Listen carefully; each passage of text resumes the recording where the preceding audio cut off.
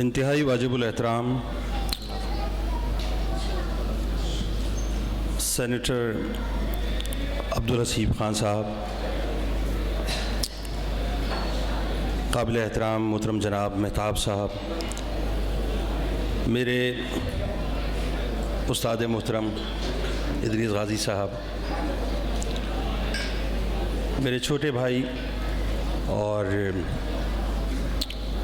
Youth parliament کے founder chairman میرے بہت پیارے دوست جناب رضوان جعفر صاحب، اسٹیج پر موجود تمام ہی مہمانوں کو، میرے کو جج راحیل اختر صاحب اور یہاں موجود تمام مہمانوں کو میری جانب سے انتہائی ادب کے ساتھ السلام علیکم ورحمۃ اللہ وبرکاتہ۔ مزہ نہیں آیا؟ میں دوبارہ سلام کرتا ہوں۔ یہ 14 اگست کا موقع ہے۔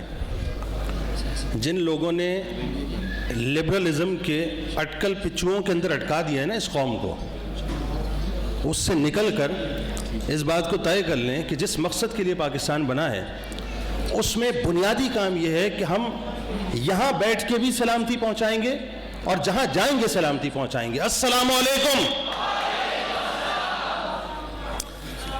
میں سب سے پہلے انتہائی مشکور ہوں میرے بھائی رضوان جعفر کا کہ جنہوں نے ایک عرصے کے بعد، میں بہت کم نکلتا ہوں اب ڈیبیٹ کمپٹیشنز کی طرف یا کسی مقابلے میں، لیکن ایک عرصے کے بعد میں، یہ صرف رضوان کی محبت ہے کہ آج یہاں پر ایز چیف جج بیٹھا ہوا تھا، اور یقین مانیے اگر یہ رضوان کے دوستوں کی بہنوں کے بھائی اگر خاموش ہو جائیں تو ذرا تھوڑی سی بات کرنے میں مزہ آئے گا آپ سے۔ رضوان کے دوستوں کی بہنوں کے بھائی، میں ان سے مخاطب ہوں، اگر وہ خاموش ہو جائیں تو میں عرض یہ کر رہا تھا کہ بہت عرصہ ہوا میں ڈیبیٹ کمپٹیشنز میں جاتا نہیں، اور ہمارا دور وہ دور تھا کہ جب ہم روسٹم پہ صحیح طور سے کھڑے نہیں ہو پاتے تھے، اچک اچک کے بولا کرتے تھے، اور ہمارے استاد ادریس غازی صاحب جو ہیں وہ یا تو ایز جج تشریف فرما ہوتے تھے یا کہیں نہ کہیں کسی نہ کسی صورت میں ہوتے تھے، اور ہم کوشش کرتے تھے کسی طرح سے ان کو متاثر کر دیں تاکہ وہ انعام جو ہے وہ ہمارے کھاتے میں آ جائے۔ آج میں سب سے پہلے مبارکباد پیش کرنا چاہتا ہوں ہمارے ان تمام مقررین کو کہ جن کو دیکھنے کے بعد مجھے آج ایک بات کا تو احساس ہو گیا صاحب، اور عبدالحسیب بھائی آپ بھی توجہ کیجئے گا، مہتاب صاحب نے بھی اس بات کا ذکر کیا کہ جتنی مستند، جتنی مدلل اور جتنی پرجوش تقاریر ہم نے سنی ہیں، مجھے یہ کہنے دیجئے کہ یہ لوگ اس ایوان کے لوگ نہیں ہیں بلکہ اس ایوان کے لوگ ہیں جہاں پہ بیٹھ کے صرف باتیں ہوتی ہیں، کام نہیں ہوا کرتے، کیونکہ ان لوگوں نے 70 سال کے بعد اس پاکستان کو عیان اور ایمان کے درمیان تقسیم کر دیا ہے۔ طے نہیں کر پا رہے کہ عیان کی طرف جانا ہے یا ایمان کی طرف جانا ہے، طے نہیں کر پا رہے کہ عیان کی طرف جانا ہے کہ ایمان کی طرف جانا ہے، لیکن خدا کی قسم میرا ایمان اس بات پر ہے، میرا ایمان اس بات پر ہے جس مقصد کے لیے اللہ نے پاکستان کو بنایا ہے، پاکستان اس مقصد کو حاصل کر کے رہے گا۔ آج مجھے کہنے دیجئے یہ بات، میں عموماً یہ جملے کہتا ہوں جب ہم چھوٹے سے تھے اور تقریریں کیا کرتے تھے، آج بہت سی باتیں آپ سے کرنی ہیں لیکن وقت بہت کم ہے، 2-3 باتیں کام کی آپ سے عرض کروں گا۔ جن مقررین کو میں نے یہاں پر سنا ہے، ایک تو بنیادی طور پہ راحیل صاحب اگر آپ کی اجازت ہو تو میں عرض کروں، ایک تو بنیادی طور پہ اس بات کا خیال رکھیں کہ ڈیکلیمیشن میں اور ڈیبیٹ میں فرق ہوتا ہے۔ ادریس بھائی اگر میں غلط نہیں کہہ رہا تو میرے کان پکڑ لیجئے گا، ڈیکلیمیشن میں اور ڈیبیٹ میں فرق ہوتا ہے، اور یاد رکھیے مجلس میں اور تقریر میں فرق ہوتا ہے، یعنی مجلس کی تقریر اور ہے، محفل کی تقریر اور ہے، مقابلے کی تقریر اور ہے۔ ہماری جو سب سے بڑی بدنصیبی ہے وہ یہ ہو گئی ہے کہ چونکہ اساتذہ کا ساتھ نہیں ہے، ہم سیکھنا نہیں چاہتے، سمجھنا نہیں چاہتے، اپنی ذات میں ہم خود امیتاب ہیں، جہاں ہم کھڑے ہوتے ہیں لائن وہیں سے شروع ہو جایا کرتی ہے، تو مسئلہ یہ ہے کہ جب تک سیکھنے کے پروسیس سے اپنے آپ کو نہیں گزاریں گے سمجھ کچھ نہیں آئے گا۔ مواد کی بہت کمی ہے، بہت کمی ہے، یعنی اتنی عام سی بات ہے، اتنی عام سی بات ہے. اب ہم آزاد ہیں. میں بھی بہن سے یہ کہہ رہا تھا، یہ قرارداد اگر میرے پاس ہوتی میں اڑا کے بھیج دیتا اس قرارداد کو. 70 سال کے بعد میں آزاد ہوں کہ جس ٹریفک سگنل پہ چاہتا ہوں توڑ کر نکل جاتا ہوں. میں گھما دیتا اس بات کو، میں گھما دیتا اس بات کو کہ 70 سال کے بعد میں آزاد ہوں کہ جب چاہتا ہوں ڈالرز کے بکسے کو بھرتا ہوں اور کسٹم سے کلیئر ہو کے نکل جاتا ہوں. 70 سال کے بعد میں آزاد ہوں، جس علاقے میں چاہتا ہوں کرپشن کرتا ہوں، ایس ایچ او کو پیسے دیتا ہوں، خریدتا ہوں اور تھانوں کو جو بکوا دیا کرتا ہوں. 70 سال کے بعد میں آزاد ہوں کہ جس جگہ جس یونیورسٹی کی میں ڈگری چاہتا ہوں پیسوں کا استعمال کرتا ہوں، ڈگری کو حاصل کر لیا کرتا ہوں. میں اس قرارداد کو گھما دیتا، میں اس قرارداد کو گھما دیتا کہ 70 سال کے بعد میں آزاد ہوں کہ میں جب چاہتا ہوں پاکستان کی ایک برہنہ تصویر میڈیا کے اوپر دکھاتا ہوں اور انٹرنیشنل کمیونٹی کو یہ بتاتا ہوں کہ پاکستان وہ نہیں ہے جس کا وجود رکھا گیا تھا، پاکستان یہ ہے جو میں بتانا چاہتا ہوں. تو میں اس قرارداد کو پوری گھما دیتا. لیکن مسئلہ یہ ہے کہ لکیر کے فقیر بنے ہوئے ہم، جو ہم نے لکھا ایز اٹ از ہم نے اس کو بولنا شروع کر دیا. دوسری بات یہ ہے کہ دیکھیں، ایک ہوتی ہے دلیل، ابھی کام کی باتیں ہیں آپ کے لیے، اور ایک ہوتی ہے رد دلیل. دلیل بھی کمزور اور رد دلیل کا تو نام ہی نہیں تھا.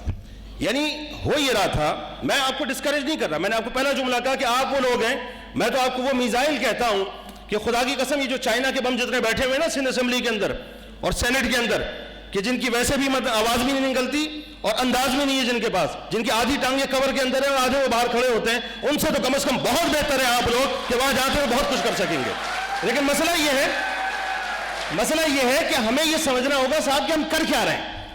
دلیل مستند کریں، کرنٹ افیئرس کو پڑھیں، جو ہو رہا ہے اس پہ آپ کی نگاہ ہونی چاہیے، اور جو مقرر بول کر گیا ہے آپ کو یہ معلوم ہونا چاہیے کہ اس نے بولا کیا ہے، وہاں رد دلیل کے طور پہ بات سامنے آنی چاہیے. کیونکہ ایک بات یاد رکھیں، ہم خود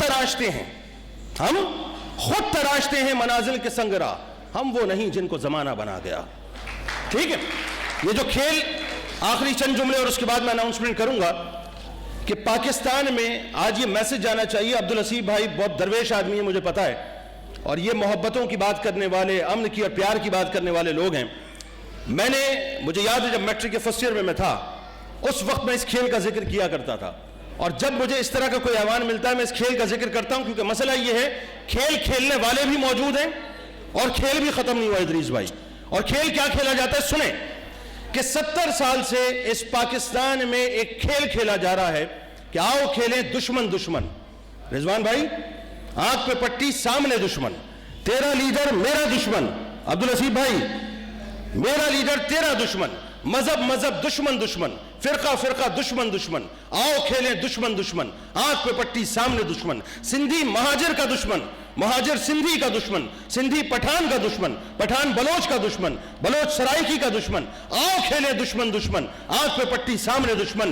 دیوبندی بریلوی کا دشمن، بریلوی اہل حدیث کا دشمن، اہل حدیث اہل تشیع کا دشمن، اہل تشیع سلفی کا دشمن. ارے آؤ کھیلیں دشمن دشمن، آنکھ پہ پٹی سامنے دشمن. لیکن آج اس ایوان کے ذریعے سے، یہ چھوٹا سا ایوان ہے، لیکن میرا ایمان ہے کہ جب بہت ساری چڑیاں مل جایا کرتی ہیں نا تو شیر کی کھال کو بھی پھاڑ کے نوچ لیا کرتی ہیں. تو اس چھوٹے سے ایوان سے ایک پیغام جانا چاہیے کہ آؤ کھیلیں دوست دوست، آنکھ پہ پٹی سامنے دوست، تیرا لیڈر میرا دوست، میرا لیڈر تیرا دوست، مذہب مذہب دوست دوست، فرقہ فرقہ دوست دوست. آؤ کھیلیں دوست دوست، آنکھ پہ پٹی سامنے دوست. سندھی مہاجر کا دوست، مہاجر سندھی کا دوست، سندھی پٹھان کا دوست، پٹھان بلوچ کا دوست، بلوچ سرائکی کا دوست. ارے آؤ کھیلیں دوست دوست، آنکھ پہ پٹی سامنے دوست. بس یہ بنیادی طور پہ پیغام ہے جو جانا چاہیے، تاکہ لوگوں کو یہ معلوم ہو کہ پاکستان میں بارود والے نہیں بستے، پاکستان بارود والوں کا نہیں ہے،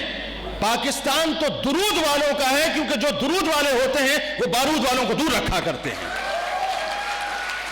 اچھا جی، اب آ جاتے ہیں، کیونکہ مجھے ان کی تڑپ اور ان کا مچلنا بتا رہا ہے کہ وقت کی بہت کمی ہے، اور ان کا پھڑپھڑانا بتا رہا ہے کہ مجھے اناؤنس کر دینا چاہیے.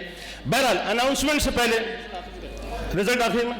اچھا، ایک بات، وہ ہمارے ایک مقرر آئے تھے، بہت ضروری ہے کیونکہ یہ جانی چاہیے بات. بھائی یہ شین قاف صحیح کر لو.